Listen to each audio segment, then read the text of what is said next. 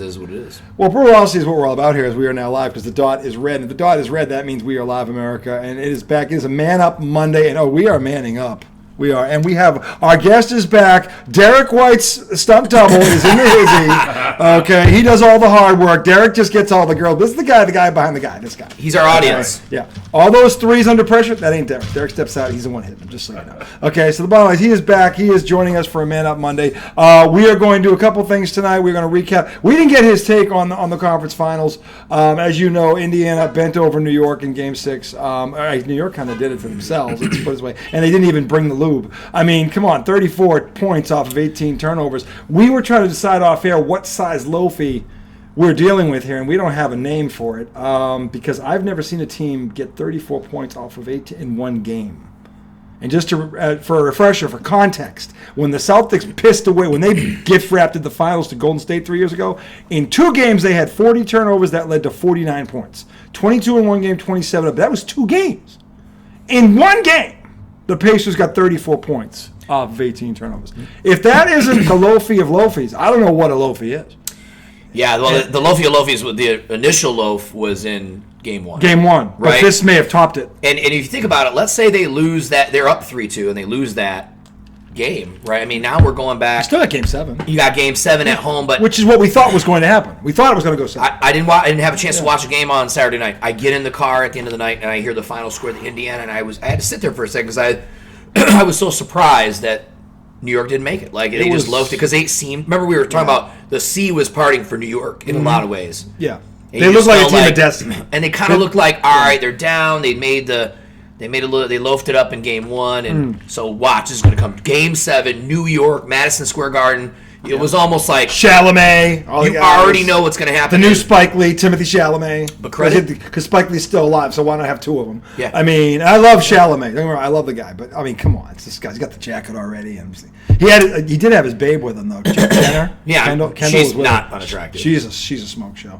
and she was there, but it was all for naught because New York got bent over. And the thing is, Tom was here. And, look, he was mad, but this is what he was bitching about this all season. The Knicks have been doing this all season long. This is generally how they lose. Stupid turnovers. Shoddy defense, and them probably being nice on the defensive side. Because Tibbs is known as a defensive guy. They were not a good defensive team. No. And again, they made this sacrifice in the offseason when they traded for Cap because they gave up DiVincenzo. They gave up Randall. They gave up guys. Who was the third guy they gave? They had 3 guys, and they were a better defensive team, and they were a deeper team. So they may not have been as explosive on offense, but they were a better defensive team, and fundamentally they were better. So they sacrificed one for the other. I mean, they got further, but that team wasn't healthy. And I said to Tom, that team was never healthy, and they took the Pacers to 7 games last year. Mm-hmm. They lost to them in 6 this time, and they were healthy. So figure it out. Figure it out. So, yeah, you got to seize your opportunity when you got it. And, as the seas were parting, you got Tatum gets injured. The Celtics go down. It's like, okay, you guys got to beat Indiana. And go. Jaylen Brown was taking cortisone shots in his knee before the series started. He wasn't even healthy. And then Porzingis in Game 1 has this repertoire. He still has this.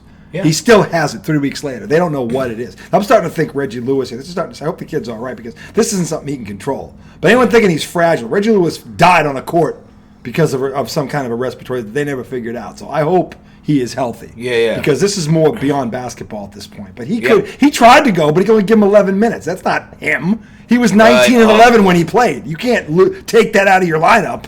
And then you have the JV coach known as Joe Mazzulla, that donkey with let's miss 183 threes in a series, which is another NBA playoff record. Okay, so it was a perfect storm to your point. Yeah, like I said, when the window opens up like that for you, you gotta dive through it. Yeah. And you got to do what it takes because you might not get that opportunity again. No, you might not.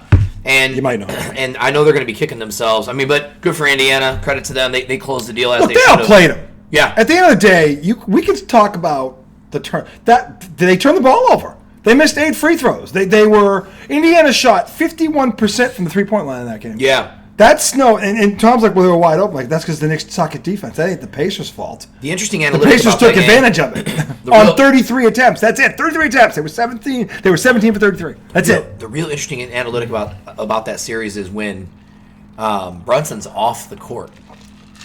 Right? They're playing better. right? He was almost defensively they were playing better. Yeah, for sure. yeah. And so it was kind of weird to see. Well, even the flow of the offense, I felt like moved around a little bit. Well, he pounds the ball into the ground. There's no reversal. But it's a high screen and roll to get him one-on-one, and he goes. So they're going to have to mix that up a little bit more if they can. If that's, I don't know. Look, the Orlando Magic are coming. We don't know. The Boston Celtics, but I don't know if you heard this, but the Boston Celtics right now are a leading candidate to land Giannis Antetokounmpo. I did not hear that. And Jaylen Brown is the trade. Really? Yes. Because they want to dump this salary. They overpaid for Brown. He wasn't worth $300 million. I don't care what you tell me. And I love him, but not at $300 million. They could have got him for $230 and he would have been below the second apron. There's a thing that nobody talks about. But there's a very good chance, I'd say it's 50-50, the Celtics are going to trade Jaylen Brown and another piece and their draft pick for Giannis. And if they have Giannis and Derek White and Peyton Pritchard, and they can't move Porzingis because no one even knows if he's healthy, but assuming he comes back, and Holiday is coming back. They won a title together in Milwaukee, by the way, and Tatum comes back for the playoffs. Yeah. You got a real problem because no one's going to look me in the eye and tell me that Jaylen Brown is a better player than Giannis Antetokounmpo. No, and not and even he brings close. A completely different dimension to Totally. You imagine him and Tatum? Dude, him and Porzingis on the court together. Stretching them, like it can go inside out. You imagine a starting five of the front line. Porzingis is your 4? Is the 5. No, he's taller than him. Giannis is the 4. Tatum is the 3. Right. Derek White is the 2, and Holiday is the 1. Could you imagine that starting 5? Even Peyton Pritchard could be the 1. But he still stays in that 6th man role. Horford's talking about coming back. I mean, there's a chance. Oh, look, now Tom wants to come out. We'll have him come on for a segment. Tell him to come down. Tell him to come on down. Yeah, we're doing it. You can probably hear us. Tom, if you can hear us, yes, we're doing IDD. Oh, you can't. Right, it's being recorded. You can't see it. Let me see here. He must have saw you pull up. Yeah, he's not far. He's not like he has traffic. Quick jog. Quick jaunt. I mean, it's downhill. He could trip and fall. True. Once you never know where he ends up if he. Well, yeah, absolutely, man. Like New York's got to, obviously you got to take care of a few things. You got to remember, take it back to the first round. Detroit gave them a lot of problems too. Detroit loafed it up in one of those games as well. That series could have very easily gone 7 games if they weren't careful. If Detroit was responsible. Look, you said it. The ball was bouncing the Knicks' way. Yeah. They got everything that could have gone right for them went right. And here's the thing. At the end of the day, if all that's happening, and they had home court advantage against the Pacers. Yeah. And as Tom and I alluded to, and I don't know you knew this, but this was the team New York wanted after what happened last year. Because the Pacers basically trolled the Knicks. The Knicks were missing 4 of their top 8 players. Remember what happened with Halliburton? He comes out with the Reggie Miller jersey after the game. With the choke. Like, on motivation alone, they should have beat that team in 5. Right. Just being pissed off. They should have blown them out. Especially when he was talking that he was holding his jersey in the game they ended up coming back from. And Tommy said, he's like, you don't get punked like this by this team. No. And Tommy's right about that. And this is what I don't get. Jalen Brunson, I played against his dad. I know his dad. He's a tough East Coast kid from Boston, North Shore. Okay? He played for Don Chaney at Temple. Go look up Don Chaney. I'll kick your ass. He is one tough motherfucker of a coach in Temple. Eddie Jones. They went to the Final 8. They lost to the Fab 5 in the regional final. And he was the point guard, Brunson, his dad. For a change. And he had a 9-year career. He was a tough motherfucker. You did not like Calipari. I would never. I didn't like Calipari, and he recruited me. The bottom line is this. The thing is, look, they got punked by this guy twice now. And what does that say to the Knicks character? Because what I don't get, and this is why I was blasting Tom when they beat the Celtics. When they beat the Celtics, who, by the way, were injured like the Knicks were last year, as it turned out, they were dancing in the streets like they won a title. Yeah. Like, what are you doing? Don't celebrate just yet. Yeah. It's the second round. What are you doing? Like, you're in New York. You're the mecca of basketball, and you're acting like you've never been there before. No wonder you lost to the Pacers. The Celtics were your championship, and they weren't healthy. Man. And now Jalen Brunson knew this. They didn't act like they knew they didn't beat a healthy Celtic team. They knew it was a depleted squad, and it happened to them last year. So they didn't like it last year when people trolled them, and I didn't give the Pacers any credit for when they did to them last year. Like, half the team was missing. Like, give me a break. If you take the Celtics 7 games, we'll talk. The Celtics swept their ass. And they didn't have Porzingis. Yeah. And they swept their ass. So don't give me this crap. This is why I'm mad. I'd be mad at the Knicks because this is the team you wanted. Yeah. And listen, Adam Silver wanted this team. He wanted New York against Oklahoma City because that would have been such a great story. You got one Midwest team, one ginormous market team. But now you got two small Midwest teams, and I mean, by the way, are fun to watch. They are fun to watch, and us basketball guys are definitely going to watch. But fun to watch. I think for all the people that say, you'll hear them, they're like, "Oh, it's always they always rig it for the big market teams, whatever." Well, this wasn't rigged, right? If you could you have rigged 34 points off of 18? And all those people that say that, and then they say, "Well, I'd like to see two teams that never won it in." Those would be the people that come out when the ratings are low and say, "Oh, nobody's watching basketball." I got news for you. If you, this is going to be a fun series. This is going to be entertaining because these two teams do this, off of everything. This is going to be, and again, styles make fights. These two teams are very similar offensively. Where they're different is the Pacers aren't really a great defensive team. Now, they got it in the Knicks jock, but the Knicks are a very predictable offense. Sure. The Pacers couldn't deal with the Celtics when they were healthy last year. They shot them out of the gym. They're going to have a hard time with this team because they're a lot like the Celtics, they being SGA. I mean, being OKC. They don't have as many weapons as Boston did when they're healthy, but they're a very good offense. Very good. But they're also a lockdown defense. They are. Best team in the league. I think most people expected them in the West. Yeah. A lot of the analysts picked OKC. Yeah, I thought the only team that could have beaten them was Denver. That's it. It took them 7 in the West, and that was probably their best series to play for. Yeah, Denver hit them in the mouth and got them ready. Now, if Boston was healthy, I would have loved to have seen this. Man, that would have been. I would have loved to have seen this series. It didn't happen. It was like 2 years ago when Boston lost to Miami and they came back from 3-0 and Denver been bent over Miami. I would have loved to have seen the healthy Denver team against that healthy Boston team. That would have been a hell of a series. These series have never happened. I think in the NBA too. It just from people have said. I think people like to see two really good teams that have been good all year, and be able to say, hey, we've got the two best teams in the finals, right? It's kind of like the Final Four. Like, hey, all this year, all number one seeds. So it was like, hey, the two that made it, they were the two best teams, right? To be fair, again, now Boston wasn't healthy, but they had 61 wins and they weren't healthy. That tells you how good they really were. But the thing is, from January 1 on, the two best records were OKC and Indiana. Yep. So for the last 4 or 5 months, they were the two best teams record-wise. Record-wise, yeah. So look, this is no fluke. The Pacers are here. Yeah. They were close last year. Yeah, they were close last year. They ran into Boston healthy, pretty much. But the thing is, there is one advantage the Pacers do have. It is coaching. Mm-hmm.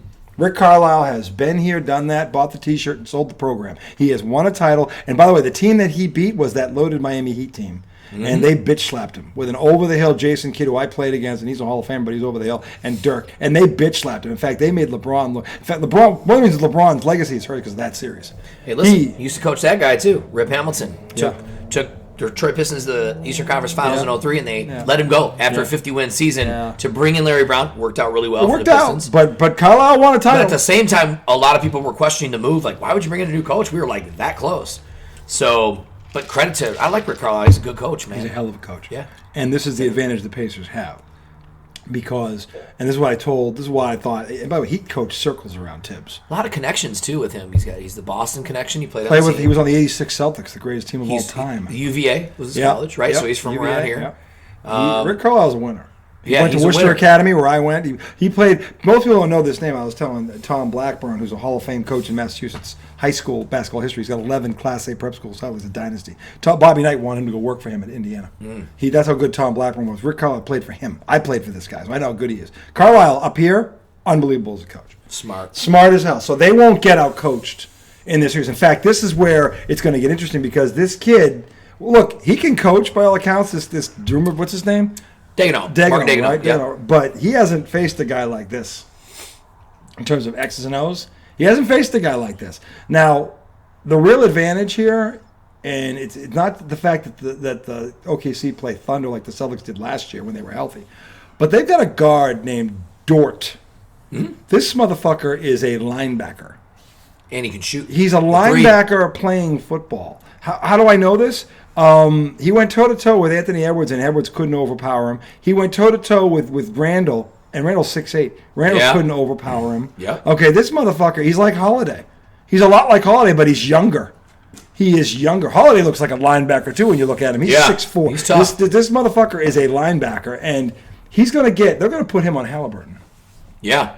They are. It's going to be rough. Halliburton's going to have a hell of a time. And I agree with you on Rick Carlisle that definitely has a coaching edge. That's the advantage. I just feel like, man, The Oklahoma City Thunder got 9-10 guys, man. They can run at They're you. as deep as the Celtics are. They're smarter. They're better coached than the Celtics are. Let's be honest. I don't think they have two. I know Tatum's better than Alexander, and I know Brown's better than the next guy. But so they're not offensively as gifted, but defensively they're just as good and they're just as deep. Yep. And they come at you. And SGA is fun to watch because it's like, he's good. Like you mentioned, I think on one of the last broadcasts, he's good at all three levels. He's mastered the mid-range. Yeah. He is my best. He's not afraid to draw contact. The NBA you know what I mean? Like the NBA is a copycat league. Mm-hmm. And I have been bitching about the lost art of the mid-range game. My son and I were working on this for 3 hours today in the driveway. Yeah, yeah. And my father used to call it the $200,000 shot. Because if you had that in your game, you got a basketball scholarship. And my father was right. Because I got one, and that was why. And my son and I worked on this all day, and I said, he was talking about SGA. I'm like, he's like, what makes so great? I'm like, mid-range. Yep. Mid-range. And all the greats, Bird, Jordan, Kobe, Dr. J, Isaiah Thomas, all of them from 13 to 20 feet, unguardable. Yeah, yeah. Like, unguardable. They could pull up from anywhere. Dr. J, Bernard King. The people, I'm telling you right now, you can go back and look at these guys play, and they can pull up from anywhere, and you don't know when or where it's going to happen. That's why you couldn't guard them. Yeah. Isaiah Thomas was 6'1". He probably has the best mid-range game I've ever seen because... Pretty sure they listed him at 6'3", but when I met him... He's not 6'3". He was taller than I thought he would be. Dennis Johnson is 6'4". Yeah. Dennis Johnson guarded him. He is nowhere near Dennis Johnson. Okay. I was like, Allen Iverson was really 5'10". He wasn't 6'1" either. But he was listed at 6 foot, But Isaiah Thomas, to me, because of his size, has the best mid-range game I've ever seen because he would shoot over 7-foot shot blockers like Kareem. Like Parrish. Was another guy, a lot of great coaches in his life. You know what I mean? But Isaiah's got the best. And Shea Gilchrist-Alexander. Yeah. That's why he won the league MVP. That's why he goes to the foul line 12 times a game. Because he gets inside. He doesn't settle for threes. He can hit them. He might take 3 or 4 a game, though. At the most. Yeah. At the most. His game is between 13 and 20 feet. Yep. Yeah, you're right. The threes there are very few. Very few. But that's the thing. You live by 3, you die by 3. The reason Oklahoma City is here in the Celtics is because they don't live by the 3, and the Celtics do. And they get points a lot of places. And what's maddening about the Celtics is they have so many guys that could do this. Yep. But it's not the style they teach. And that's their problem. And that's why OKC won 68 games. Boston last year, let's be honest, they should have won 70. They had that kind of talent. But they don't play this style of play. They play like Steph Curry's on the roster, and he's not. Right. And Klay Thompson is not on the roster. So why are you playing this style of play? OKC is the perfect example. And I hope they win this thing because it's a copycat league. And when the coaches break this down, and my hope is Brad Stevens will look at this and go, why the fuck aren't we doing that? Hey, it's the parities there, right? This will be the 7th unique champion in as many years. So they don't overpay. Super teams are dead. And I don't look at OKC as a dynasty type of squad right now, but we'll see how they handle the finals. The problem is all those guys are going to want to get paid at some point. Exactly. So the question is when. And to their credit, they should. Yeah. But look, they have built that roster that way. Yep. And it's smart. And the Celtics have that kind of talent, but they don't play that style, and it pisses me off. And that's why I hope OKC runs away with this. They're like, yeah, see this? This is what you should be, but you're not. But you keep coming back and keep jacking 53s and watch what you'll be out in the second round again next year. Yep. You will, because it's not sustainable. So we're not going to predict this tonight because Tommy's going to be out here, and we're going to do this Wednesday night. But odds-on favorite, they are the overwhelming favorite. Yeah. I guess what we can say tonight is give me a scenario, if you can. Yep. And we'll both do this, where Indiana pulls the upset. Take injuries out of it. Oh, I was just going to say, well, SGA. That's the easy one. No, give me a scenario where Indiana pulls this upset because, again, they do have one edge, coaching. And, by the way, they are also deep. I could see them, like, if I had to think of anything, I would think they'd slow the game down and be way more physical than Oklahoma State. They can't slow the game down. Yeah, I know. But I'm saying, if they do that, the craziness scenario, their right? only chance is to outrun them. You think so? They can't, Indiana? Yes, they can't beat them in a half-court game. In fact, that OKC hopes they do. They'll kill them. They'll sweep them. If Indiana gets caught in a half-court game, this will be 4-0. I feel like they're so finesse. Chet Holmgren looks so frail. They're not big guys. You give them a little bit, rough them up a little bit. No, Siakam's a big dude. They've got some size. They're not small. I always forget about Pascal Siakam. Yeah. He's a baller. Yeah, he's a baller. He's a champ. They've got a lot of ballers on that team. They're deep, but OKC is more physical. And injuries. Their best chance is to try to outrun them, because if they try to play them in a half-court game, go toe-to-toe, this will be a 4-game sweep. Yeah. I see a lot of sweep predictions already, and I was like, well, I don't know because about that, OKC has the ability to defensively to slow them down, whereas the Knicks didn't. The Knicks really didn't. OKC can literally put 4 guys up there. And they're all good free throw shooters in Oklahoma City, so it's not like you're going to, hack-a-shack somebody.